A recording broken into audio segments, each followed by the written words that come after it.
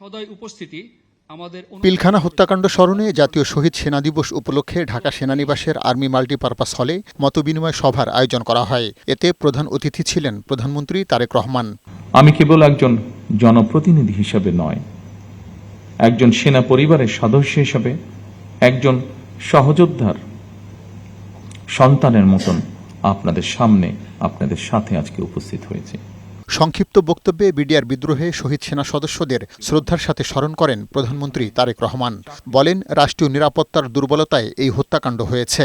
পিলখানার ঘটনার পরিক্রমায় আমাদের জাতীয় নিরাপত্তার কাঠামোর দুর্বলতা ফুটে উঠেছে।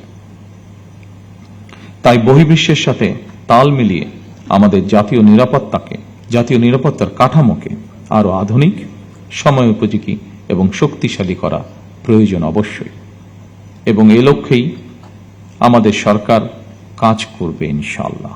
পিলখানা হত্যাকাণ্ডের দুদিন 25 ও 26 ফেব্রুয়ারি রাষ্ট্রীয় মর্যাদা দিতে তার সরকার পদক্ষেপ নেবে বলেও জানান তারেক রহমান।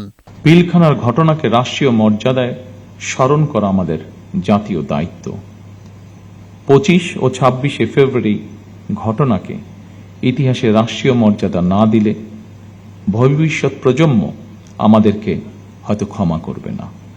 তাই সেনাবাহিনীও আপনাদের সঙ্গে আলোচনা করে 25 এবং 26 ফেব্রুয়ারি স্মৃতিকে অম্লান করে রাখতে বর্তমান সরকার ইনশাল্লাহ কাজ করবে। সীমান্ত রক্ষাকারী বাহিনীকে আরও শক্তিশালী করে গড়ে তোলার প্রয়োজনীয়তাও তুলে ধরেন প্রধানমন্ত্রী। পাশাপাশি পিলখানায় শহীদ সেনা পরিবারের সদস্যদের উন্নত জীবন গড়তে তার পক্ষ থেকে সব ধরনের সহায়তা অব্যাহত রাখার কথাও বলেন তারেক রহমান। পার্থ রহমান, বৈশাখী সংবাদ, ঢাকা।